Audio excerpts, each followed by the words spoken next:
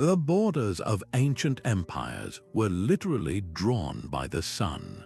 For thousands of years, the silent movement of a shadow was the ultimate authority in territorial disputes, shaping kingdoms from Egypt to the Andes. By the end of this, you will understand a forgotten system of power that made the sun the master surveyor of the ancient world. How did a civilization mark its domain without maps or armies? And why would a line of darkness be more powerful than a wall of stone? What does it truly mean to own a piece of the earth for these ancient astronomers? The sky was a vast and precise clock. Their entire world moved to its rhythm. In Mesopotamia, Babylonian scribes tracked the movements of planets with a mathematical rigor that would not be surpassed for centuries. They compiled detailed records of celestial events, noting the positions of stars and the phases of the moon with painstaking accuracy. This was not done for mere curiosity. Their ability to predict lunar eclipses and the changing seasons was a direct form of power. It allowed them to dictate the optimal times for planting and harvesting, securing the food supply for entire cities. In the dense rainforests of Central America, the Maya developed this science to an even greater extreme. Their calendar systems were so complex and so precise that they could calculate celestial cycles spanning thousands of years. They built towering observatories like the Caracol at Chichen Itza, with windows and alignments specifically designed to frame the passage of Venus across the sky. This was a science deeply woven into the fabric of their identity. The cosmos provided order, a predictable pattern in a seemingly chaotic world. It told them not only when to sow their seeds, but also when to crown a king, when to go to war, and crucially, how to define the very land they ruled. This profound understanding transformed the heavens from a spectacle into a tool. The sun was not a distant god but a practical instrument, its light and shadow a measurable extension of cosmic law. So how did they physically harness this knowledge to draw lines on the earth itself? The answer lies in a simple yet revolutionary device that turned sunlight into a territorial claim. That simple pole planted firmly in the earth became the axis of a new human order. This was the gnomon, a tool of profound elegance. Its operation was deceptively straightforward. A surveyor would erect a vertical rod and carefully mark the tip of its shadow at different times of the day. The shortest shadow, cast when the sun reached its highest point, pointed directly to true north and south. This moment, solar noon, was the key. The length of that noon shadow could be used to calculate the precise latitude of that location, a fixed point on the spinning globe determined not by a king's whim, but by the geometry of the solar system. This gave ancient civilizations a universal standard. A border established using a gnomon in one location would be perfectly aligned with a border created 100 miles away, as long as both surveyors were reading the same sun. This consistency was revolutionary. It allowed for the planning of vast, coordinated territories, from the sprawling farmlands of the Nile Delta to the grand ceremonial centers of the Maya. The Egyptians refined this into the Merkit, a forked instrument that acted as a precision sight for tracking stars. In China, the Gui table was used to measure the sun's shadow with extraordinary care, their records becoming so detailed they could note the subtle changes in the Earth's tilt over centuries. The gnomon's shadow was not merely observed, it was a line of cosmic authority. But how did this single line on the ground evolve into the complex borders of an entire civilization? The answer lies in the ambitious projects that scaled this simple principle to a monumental degree. This single line of shadow at noon became the foundation for everything that followed. With the gnomon's shadow pointing definitively north, ancient surveyors could establish the other cardinal directions with perfect geometric certainty. East and west were simply the directions perpendicular to this primary north-south axis. This gave them an unshakable reference frame, a grid laid upon the earth by the sun itself. This was not just a matter of convenience, it was a philosophical statement. A border aligned to the cosmos was seen as inherently correct, a reflection of universal order. It carried a weight that a randomly chosen line simply could not. Think of the difference between a path worn by wandering animals and a straight Roman road built by surveyors. One is a product of chance, the other a declaration of intent. These solar-aligned borders were the Roman roads of territorial division, major boundaries between entire city-states or vast agricultural districts were frequently set along these primary axes. In Mesopotamia, for instance, cuneiform tablets describe land grants and territorial treaties that reference these solar directions, anchoring legal documents to the movements of the heavens. This practice transformed the landscape. A farmer plowing his field or a merchant traveling between cities would constantly encounter borders and roads that ran true north-south or east-west. Their entire world was literally oriented, reinforcing the idea that human society was a microcosm of a perfectly ordered universe. This solar alignment was the first and most critical step, the master blueprint from which all other, more complex border designs would emerge. In the land of the Nile, the sun god Ra did not merely illuminate the world, he defined it. Here, the pharaoh ruled as Ra's direct descendant, and the entire organization of the state was a mirror of this celestial hierarchy. The rhythm of life itself was governed by the sun's reliable cycle, most critically in predicting the annual inundation of the Nile. As the floodwaters receded, they left behind a blank slate of incredibly fertile silt, but all the previous property markers would be washed away. This was the moment when the priests and surveyors, the revered rope stretchers, went to work. They were far more than simple measurers of land. Using their gnomons, they carefully tracked the sun's shadow to re-establish true north and south, and then with knotted ropes, they would precisely lay out the new boundaries for every farmer's field. This annual ritual was not just a practical necessity for agriculture and taxation. It was a sacred act, a refounding of the kingdom in perfect alignment with Maat, the cosmic principle of truth, order, and balance. To divide the land by the sun was to make it righteous. This solar logic scaled up from the individual farm to the very administration of the nation. The borders between the nomes, the powerful provinces of ancient Egypt, were often aligned to significant solar events like the solstices.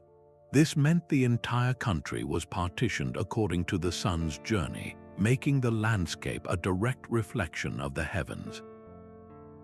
Every administrative division, every temple's orientation, every farmer's plot was a testament to a divine contract written in light and shadow. This created a profound unity, a sense that the entire society was participating in a cosmic order.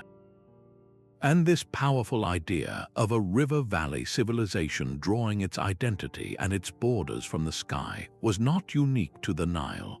Far to the east of the Nile, in the fertile land between the Tigris and Euphrates rivers, a different kind of solar order was taking shape. Here, the challenge was not an annual flood erasing boundaries, but the constant, critical need to control water through a vast network of irrigation canals. The survival of Mesopotamia's city-states depended on a perfectly engineered landscape, and for that, they needed the ultimate tool of precision, the sky itself.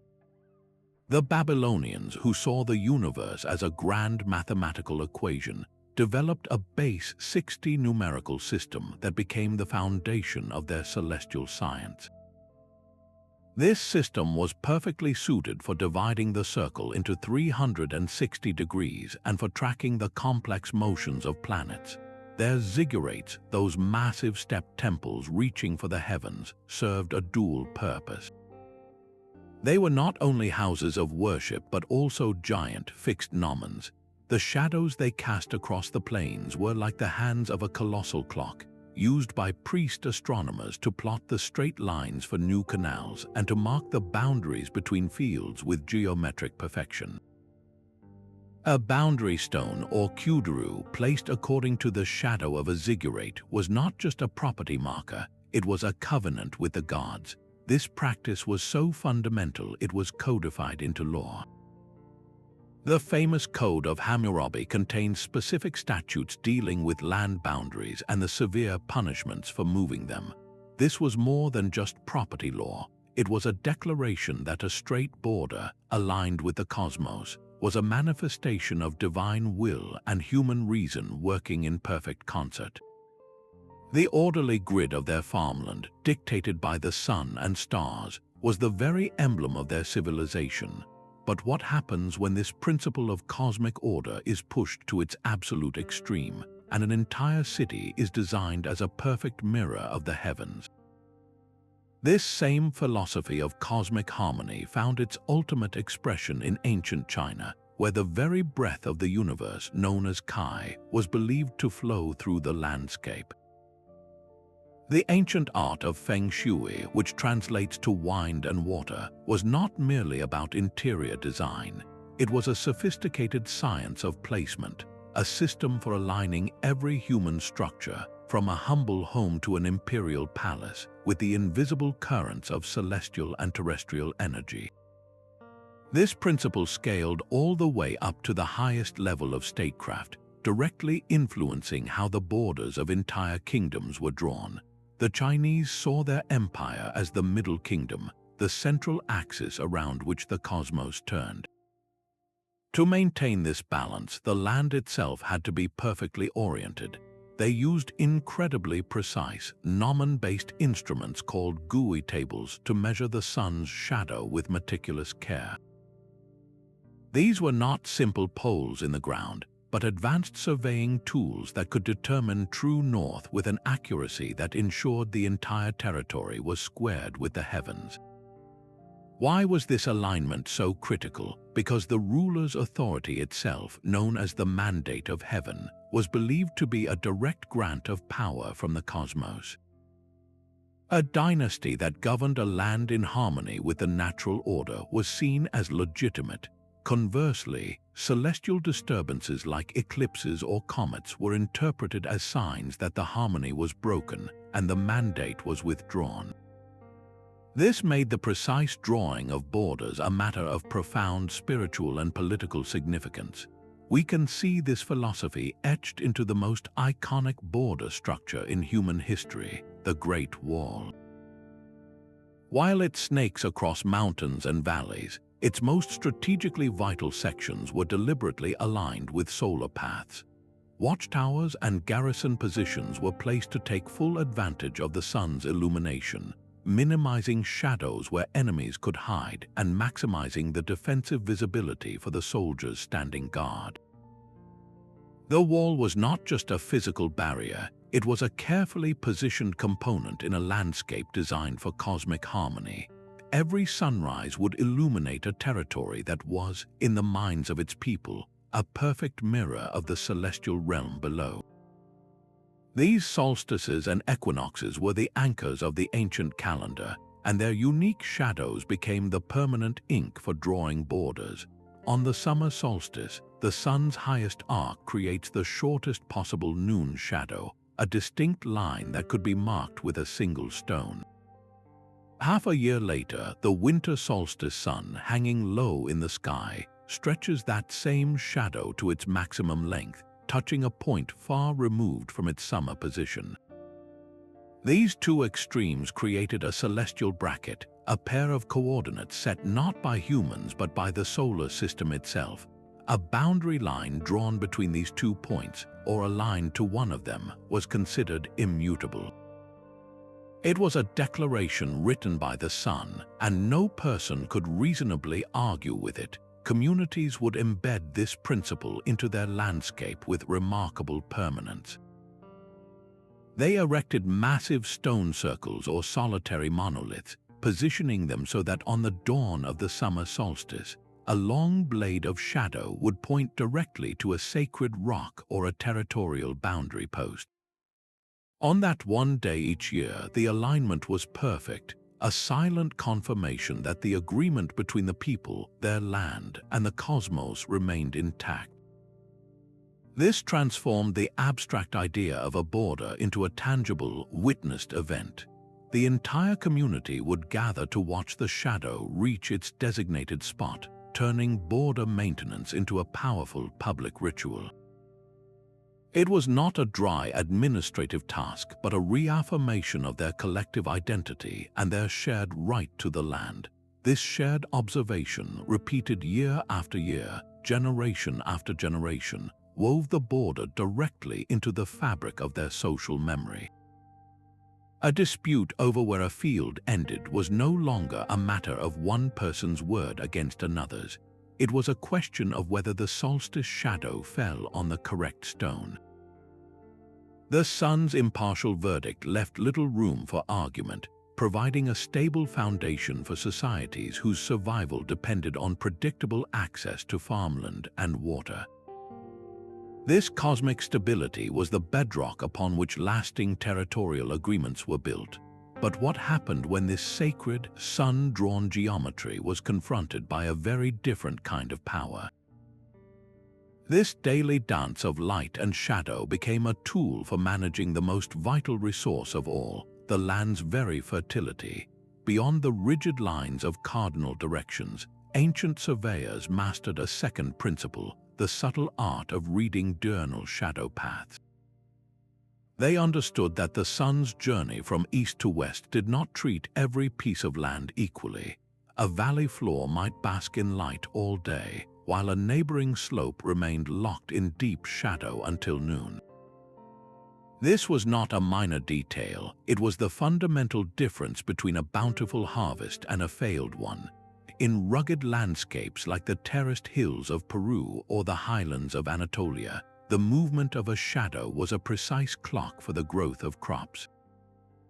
The eastern slopes, kissed by the morning sun, warmed quickly, creating an ideal microclimate for certain grains. The western faces, which held the sun's heat later into the afternoon, were better suited for different fruits or vines. A border drawn carelessly could grant one village all the prime morning-lit land, leaving its neighbor with only the harsh afternoon sun. To prevent this, planners used the sun's own path to create equitable divisions. They would observe where the shadow line fell at key times, perhaps at mid-morning, and use that natural demarcation as a boundary. This ensured that each community received a fair share of both morning and afternoon sunlight, a balanced portfolio of microclimates within their territory. Access to this daily cycle of light was as carefully negotiated as access to a river. It was a recognition that a border was not just a line on a map, but a three-dimensional container for life, governing the flow of energy that sustained it. This was a profound ecological awareness, a system that moved beyond claiming territory to actively managing the energy that made that territory valuable.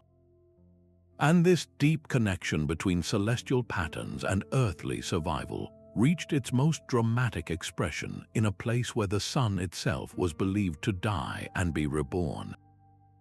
High in the Andes, the Inca capital of Cusco was not merely a city, but the navel of the world. Its heart was the Coricancha, the resplendent temple of the sun, a building sheathed in gold that seemed to capture and concentrate the sun's very power.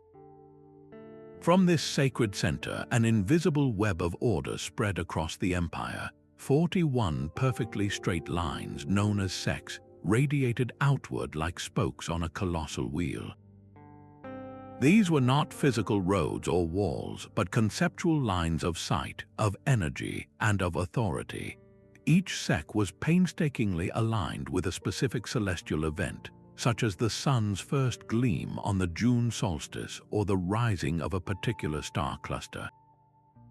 They were, in essence, the permanent shadow paths of cosmic bodies, frozen onto the landscape. This grand design transformed the entire territory into a living cosmogram, a map of the Inca universe made real on Earth. Along each of these 41 lines, the Incas positioned hundreds of huacas, sacred shrines that could be a spring, an unusual boulder, or a man-made altar.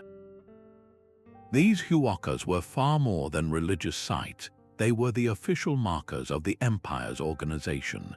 They delineated the borders of social and administrative units, assigning specific families to maintain specific shrines and the land around them. Your responsibility to the state, your taxes, and your very identity were tied to your place within this solar grid. A dispute over a pasture or a water source was settled not by a dusty map, but by referencing which huacas lay along which sect line.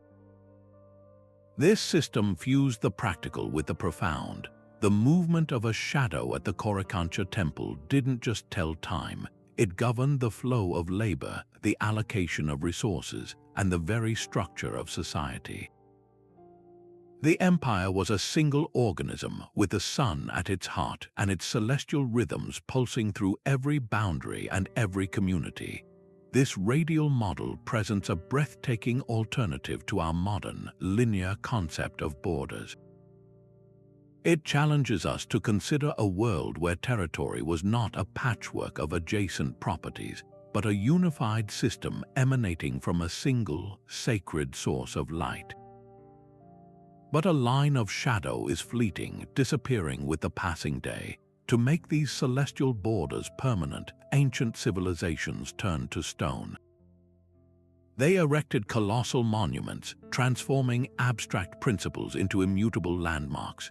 Across the world, from the sun-baked plains of Egypt to the misty highlands of Europe, obelisks, stelae, and menhirs rose towards the heavens.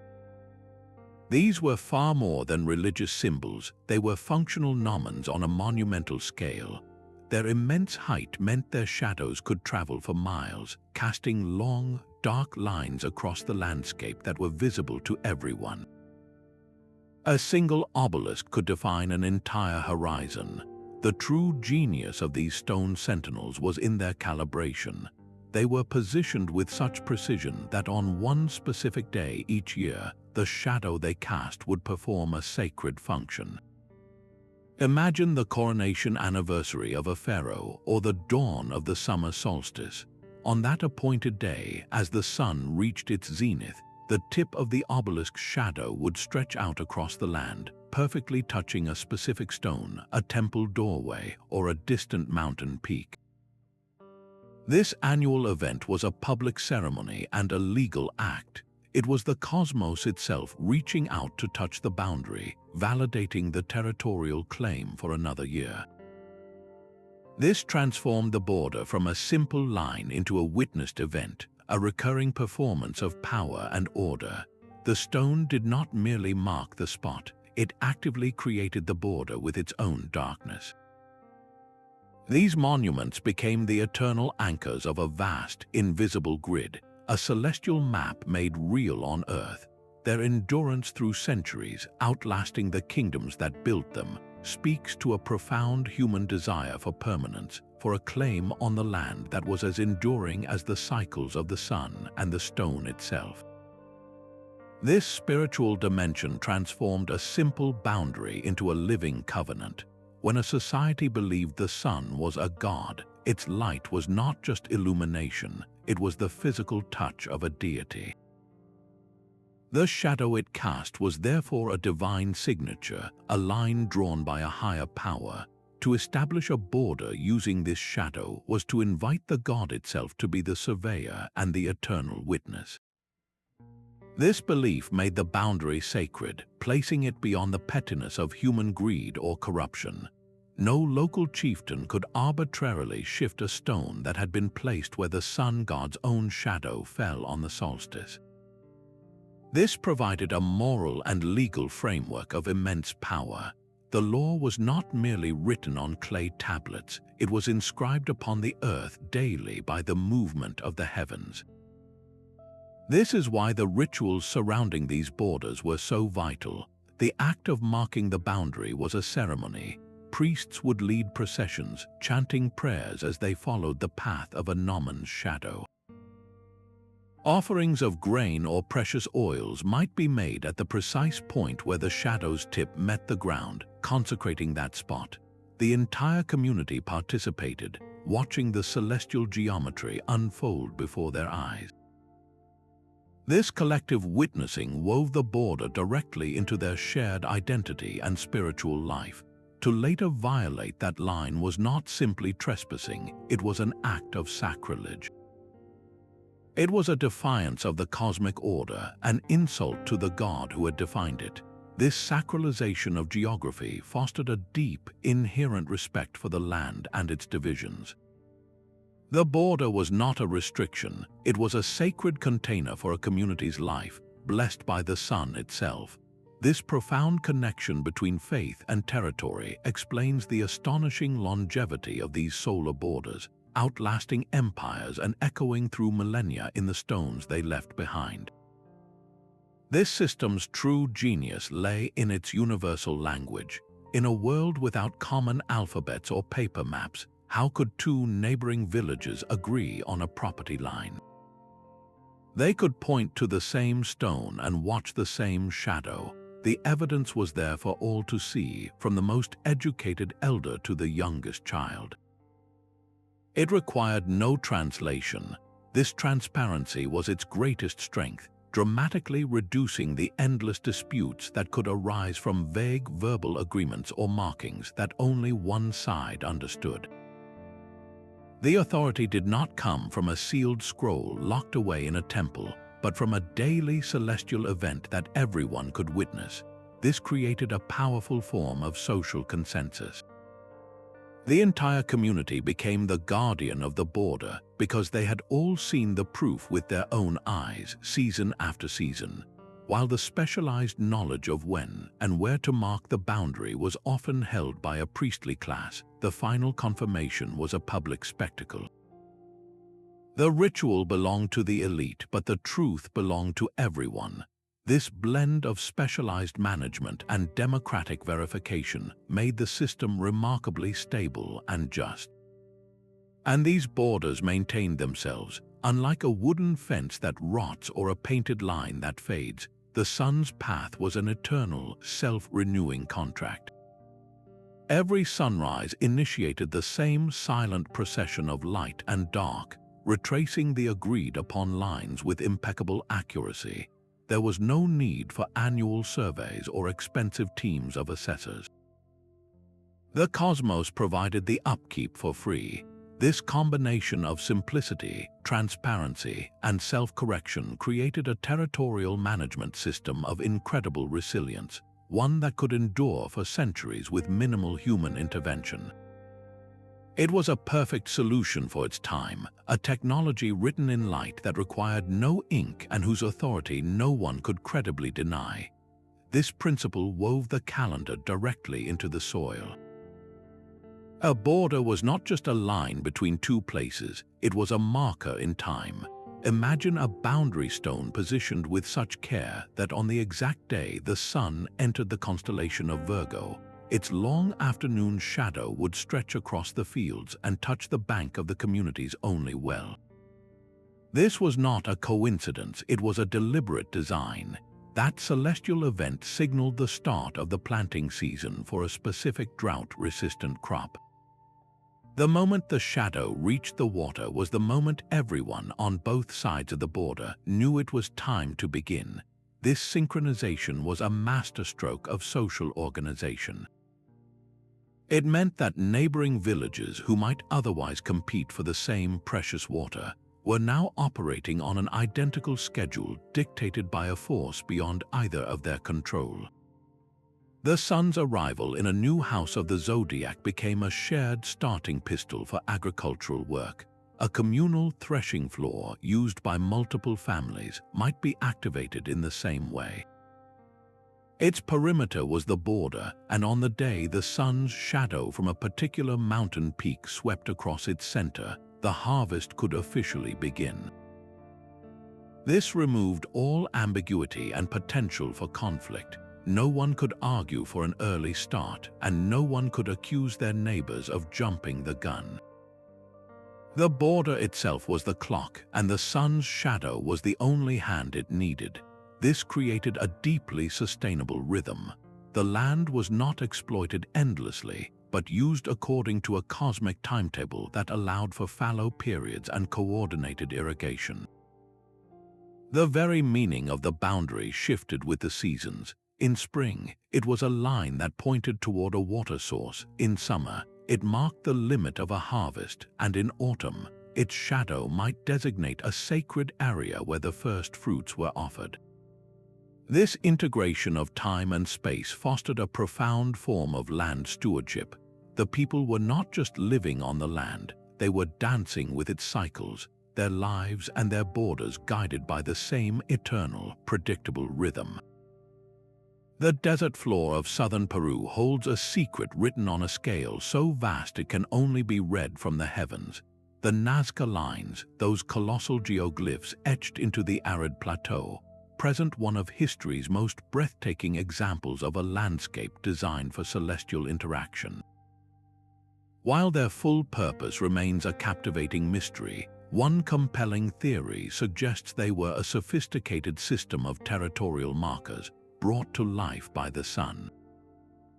These are not small carvings, they are immense lines that run straight for miles, traversing the desert with a geometric precision that defies simple explanation.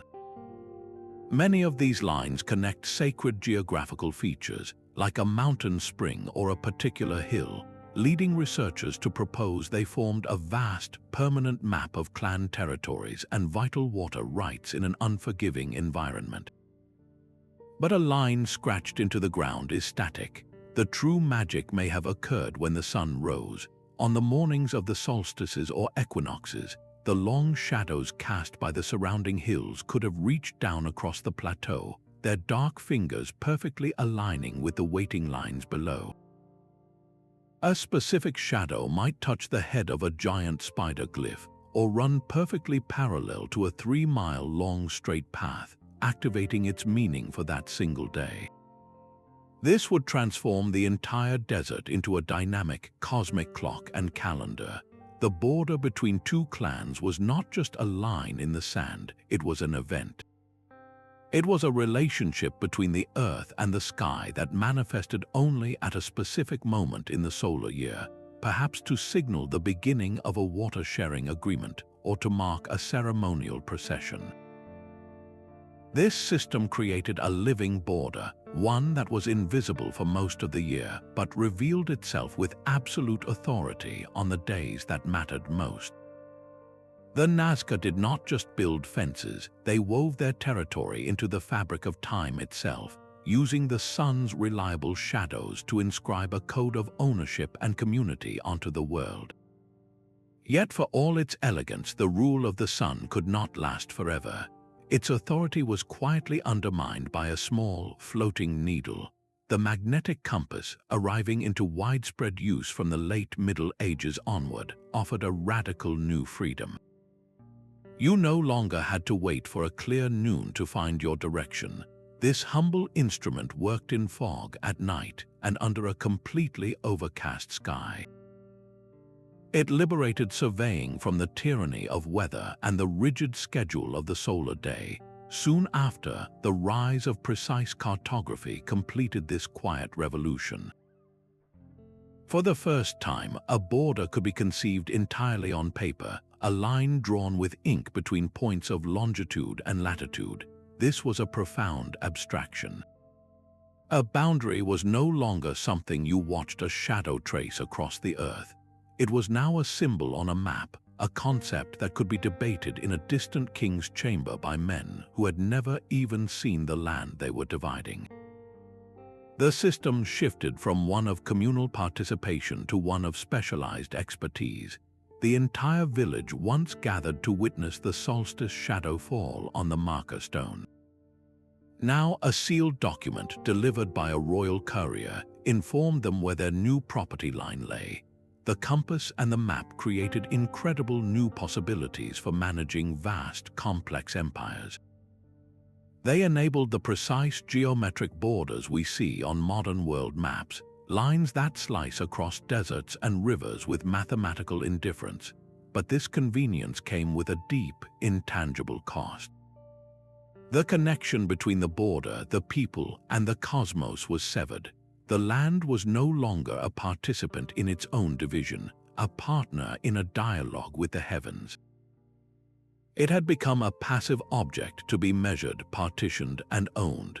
The sun was dethroned not by conquest but by a more convenient technology, and this fundamental change in how we drew our lines would reshape not just our maps but our very sense of place. That simple measurement of a noon shadow could define the edge of an empire. The most advanced ancient astronomers discovered a profound secret, that the precise length of a gnomon's shadow at the summer solstice was a direct message from the cosmos, revealing their exact position on the spinning globe. A shorter shadow meant they were closer to the equator, basking in the sun's direct gaze. A longer shadow pointed toward the poles, in lands where the sun hung lower in the sky. This was the key to latitudinal zoning, a macro-scale application of the gnomon that moved beyond local fields to shape the very frontiers of civilization. An imperial administration, for example, could issue a stunningly simple decree: the northern frontier of our domain shall be the line everywhere where the summer solstice shadow is exactly twice the height of the gnomon. Teams of surveyors would then travel east and west, marking that specific latitude. This created a solar frontier, a border of breathtaking consistency that was not defined by a river or a mountain range, but by a fundamental property of the solar system.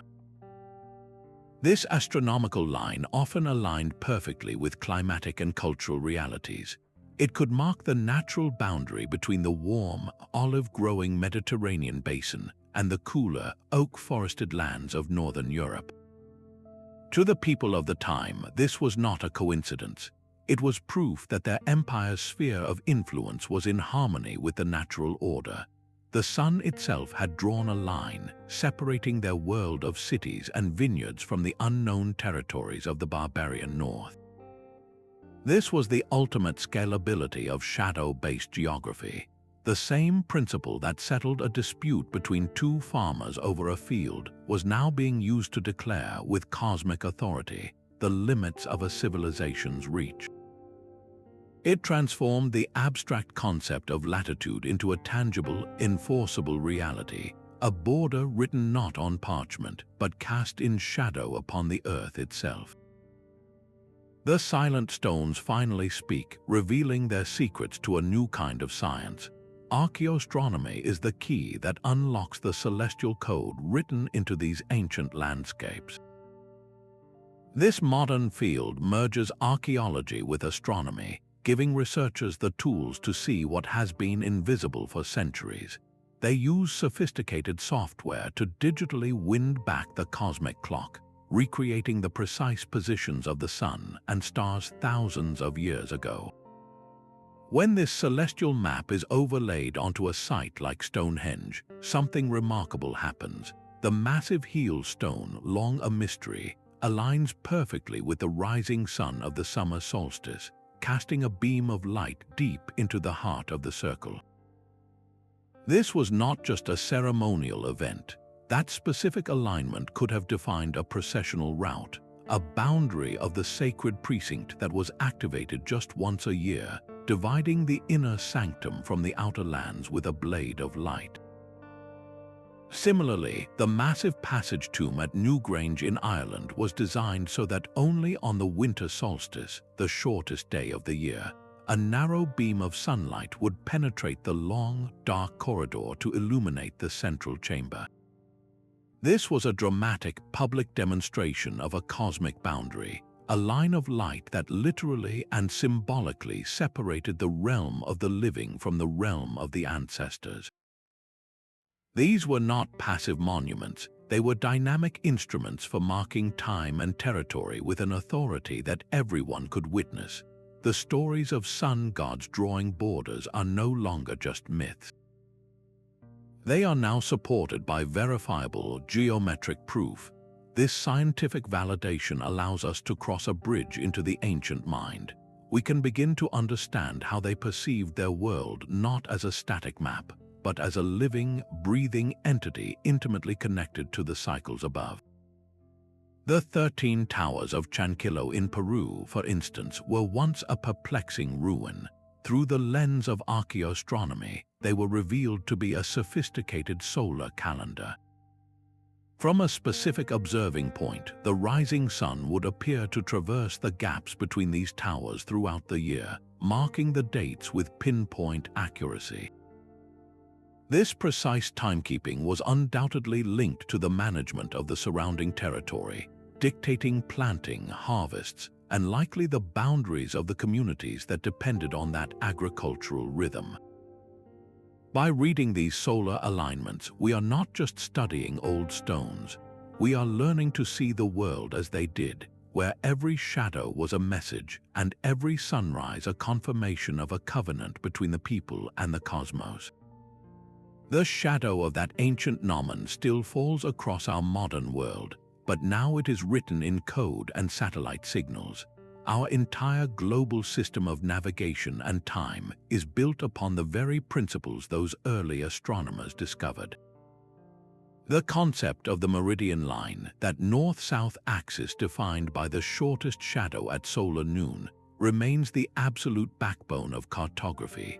It is the fundamental reference from which all other lines of longitude are drawn. This is not an abstract idea.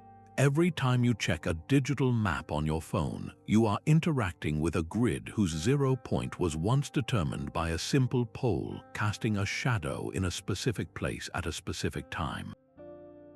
That place is the Royal Observatory in Greenwich, England, where the sun's position directly overhead defined Greenwich Mean Time, the baseline for every time zone across the planet. Our coordinated world, where trains and financial markets run on synchronized clocks, owes its existence to that original solar observation. The tools have evolved, but their purpose is unchanged. The modern theodolite, the essential instrument of every surveyor, is a direct mechanical descendant of the Gnomon and the Egyptian merkit. Instead of tracking a shadow, it uses precise optics to measure horizontal and vertical angles, but the geometric principle of triangulating a position on the Earth is identical.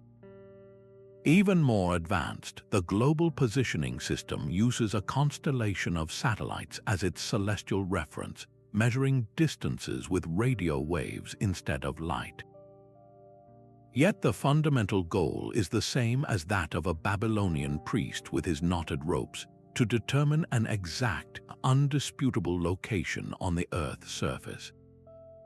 This legacy is even embedded in the numbers we use. The division of the circle into 360 degrees, a standard that seems utterly natural to us, is a direct gift from ancient Mesopotamia. The Babylonian base 60 numerical system, perfected for tracking the heavens and dividing farmland, became the foundation for our geometry. Every line of latitude and longitude is measured in these degrees, a system over 4,000 years old that now guides airplanes across oceans and rovers on Mars. We live in a world meticulously structured by these ancient solar principles, a global coordinate system that is, in essence, a digital shadow cast by a forgotten Gnomon. We have simply traded the stone for the satellite, while the sun's original blueprint remains. Your home was not just a plot of land, it was a coordinate in a cosmic design. Living within these solar-defined borders cultivated a psychology of profound stability.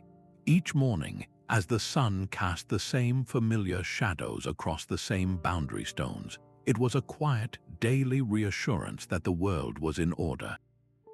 This was not an abstract feeling, it was a physical reality witnessed with every sunrise and sunset. Your place in the world was not assigned by a distant bureaucrat or a faded map, but was confirmed by the heavens themselves. The annual rituals where the entire village watched the solstice shadow touch the marker stone were not merely ceremonies. They were powerful, collective psychological events that reinforced a shared identity. They answered the deepest human questions: who are we and where do we belong? The answer was etched into the landscape by the sun. This system created a world view where human law was not seen as separate from natural law, but as a humble reflection of it. A dispute was not about interpreting a written code, but about realigning with a cosmic truth that was visible to all. This fostered an incredible sense of social cohesion. Your neighbor was not just someone living next door, they were someone who shared the same solar rhythm, who watched the same shadow confirm the same boundary. They were fellow participants in a divine plan. This provided a psychological security that is difficult to grasp in our modern, often disconnected age. The border was not a wall that kept people out, but a sacred container that held a community together, a constant reminder that their lives, their labor, and their land were all part of a majestic, orderly universe. A river can change its course overnight. A mountain range can be worn down over millennia, but the path of the sun remains an unbreakable contract with the universe. This is the fundamental difference between the two great systems for drawing lines on the earth. Borders defined by natural features like rivers and ridges are undeniably obvious. Anyone can look at a flowing river and understand it as a divider, yet this very convenience comes with a hidden fragility. A flood can carve a new channel, suddenly placing a farmer's field on the wrong side of the border. A landslide can erase a mountain pass, blurring a frontier that once seemed eternal. These boundaries are part of the living, breathing, and changing earth, which means they are inherently unstable. The solar border, by contrast, is an idea. It is a mathematical line, invisible for most of the day, anchored not to a physical object but to a point in time. It cannot be eroded by water or fractured by an earthquake. Its permanence is absolute, guaranteed by the mechanics of the solar system itself. This cosmic fixity came at a cost, however. A solar border demanded a sophisticated cultural consensus. Everyone involved had to share the knowledge of what a gnomon was, how to read its shadow, and why that specific line held authority. It was a system built on shared belief and specialized technology. A traveler from a distant land, unfamiliar with the local astronomy, might cross a solstice-aligned boundary without ever knowing it existed. They would see no river, no wall, only open land. The power of the solar border was invisible to the uninitiated. This comparison reveals a profound choice ancient civilizations made. They did not always choose the easiest path, the obvious river, or the imposing mountain. In countless instances, they invested immense effort to impose a celestial grid upon the topography. They chose the abstract precision of the cosmos over the messy convenience of nature. This was not a practical decision so much as a philosophical one. It declared that their kingdom's order was not of this earth, but a reflection of a higher, perfect reality. The authority of a king was magnified when his domain was literally aligned with the god's own clockwork. A border drawn by the sun was a border blessed by the heavens, making the land itself sacred and the ruler's claim unassailable. It was a declaration that human society, in its ideal form, should mirror the unerring harmony of the stars above. This celestial blueprint for territory was scaled down to shape the very cities people called home. The same principles used to mark a kingdom's frontier were meticulously applied to the layout of its urban centers, creating internal borders of light and shadow. From the meticulously planned streets of Mohenjo-Daro in the Indus Valley to the monumental Avenue of the Dead in Teotihuacan, Mexico, ancient city planners imposed a perfect geometric order. They began by using their gnomons to establish a true north-south axis, just as they would for a national border. From this primary line, they constructed an entire grid of streets, a rigid lattice of right angles that divided the city into distinct districts and neighborhoods. This was not an arbitrary design choice. It was a deliberate act of world building, transforming a chaotic settlement into a microcosm of the ordered universe. The city itself became a model of the cosmos, its internal boundaries reflecting the same celestial principles that govern the outer limits of the kingdom. The main east-west thoroughfare was more than just a road. It was a terrestrial echo of the sun's daily journey. This orientation was a masterpiece of practical engineering. By aligning the streets to the cardinal directions, planners guaranteed optimal sunlight exposure for nearly every building.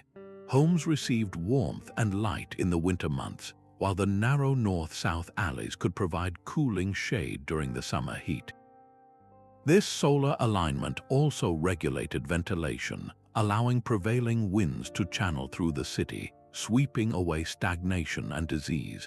The grid created a clear, logical system for navigation and administration.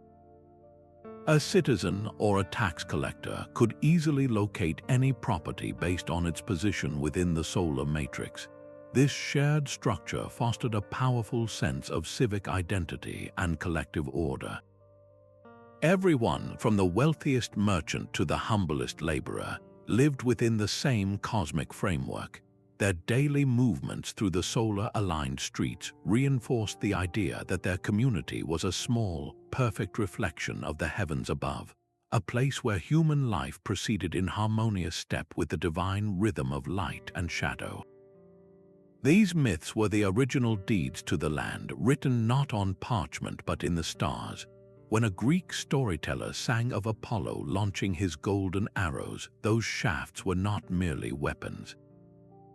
They were the piercing rays of the sun itself, etching the first sacred groves and city limits into the earth.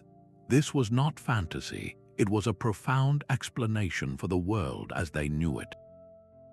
The god of light was also the patron of boundaries for a reason.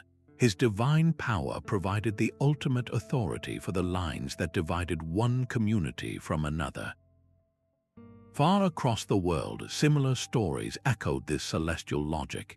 In the traditions of many Native American nations, the Great Spirit did not simply give the people their land. Instead, the path of the sun across the sky was used to demonstrate the territories, its light spilling into one valley to designate a winter hunting ground for one tribe, while its shadow falling across a neighboring ridge marked the summer fishing rights for another. These narratives served a crucial dual purpose. They explained the technical practice of solar surveying in a way everyone could understand and remember, but more importantly, they sanctified it. A border established by a god or a great spirit was not a matter for debate. It was a primordial fact as fundamental as the sunrise. This transformation of technique into sacred law guaranteed its survival. The precise astronomical knowledge required to use a gnomon might be held by a select few elders or priests, but the story of the sun god drawing the land could be told to every child around every campfire for generation after generation. The folklore became the binding legal charter, a collective memory that carried the weight of divine law. To later question where the boundary lay was to question the myth itself, to challenge the very story that defined a people's identity and their right to exist in that space. The song was the survey and the legend was the law. This forgotten art was in fact a brilliant early form of ecological zoning. By allowing the sun's path to dictate the lines on a map, these ancient societies were building a system of natural resource management. The land itself, through the language of light and shadow, communicated its own capacity and limits. A border drawn by a solstice shadow did not just separate two fields, it often separated two different ecological zones, each with its own optimal use. The slope that received the gentle morning sun was perfect for delicate crops, while the hotter afternoon baked terrace was reserved for hardy grains. This was not a random division, it was a response to the land's inherent energy budget. The system enforced a kind of rotational fairness. Since the sun's angle shifted with the seasons, a border that seemed to favor one side in the summer could easily benefit the other in the winter as the long shadows reversed their course. This dynamic balance discouraged any single community from monopolizing the best land indefinitely and instead encouraged a shared stewardship of the entire territory. The annual ritual of reaffirming these solar borders was perfectly synchronized with the agricultural calendar. It prevented the over-exploitation of any one area by embedding mandatory periods of rest and recovery into the very structure of land ownership. You could not simply decide to extend your field because the border was not a suggestion. It was a cosmic event. This created a sustainable rhythm of use and renewal that could last for centuries without degrading the soil or exhausting the water supply. In our current era of climate change and intense resource competition, this ancient model speaks to us with startling relevance. It demonstrates a form of development that is not brutally imposed upon the landscape, but one that emerges from a patient and profound dialogue with it. The most enduring legacy of these sun-drawn borders is not in the stones they left behind, but in the powerful lesson they offer, a blueprint for designing human systems that work with the energy flows of the planet, rather than fighting against them. The precision of a Gnomon's shadow is being measured once again, not by ancient priests, but by modern architects holding laser levels. A quiet revolution is underway in sustainable design, where the old solar principles are being rediscovered as cutting-edge solutions. Permaculture farmers are the new rope stretchers, meticulously drawing sun path diagrams across their land. They plant trees not at random, but to cast specific shadows that create cool, moist microclimates, while opening clearings to function as sun traps that capture warmth for delicate seedlings.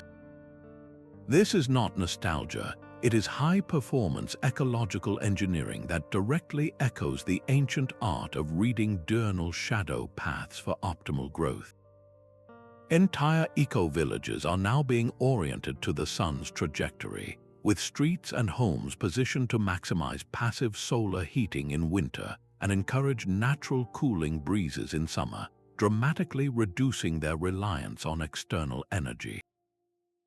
Meanwhile, experimental archaeologists are driving wooden poles into the ground, recreating the Gnomon experiments of their ancestors.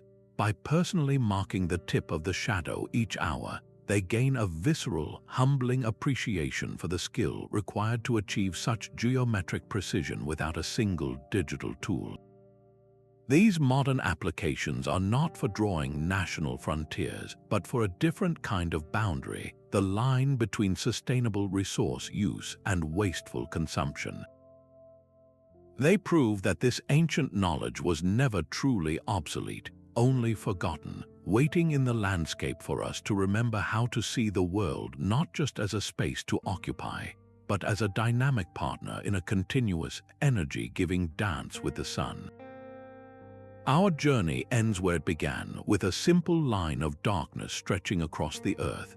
We have walked through empires defined by the sun's highest point and cities laid out like miniature universes. We have seen how the same shadow that settled a dispute between two farmers could also mark the frontier of a civilization, a line of cosmic authority drawn not in ink but in light. This was a world where geography was a sacred science, a continuous dialogue between the earth and the heavens. The Gnomon was more than a tool, it was a philosopher's stone, turning the chaotic landscape into a territory of profound order. Solstices did not just mark the passing of seasons, they carved up continents with a precision that fostered both practicality and a deep, abiding spirituality. This system was built on a foundation of elegant fairness, a border everyone could see for themselves, validated year after year by the sun's unwavering path, created a society where the law was not a secret document but a public event. It wove environmental awareness directly into the fabric of land ownership, ensuring that the rhythm of human life moved in step with the energy flows of the planet itself. Today, our borders are drawn by satellites and complex treaties, lines on a digital map that can feel abstract and disconnected from the living world.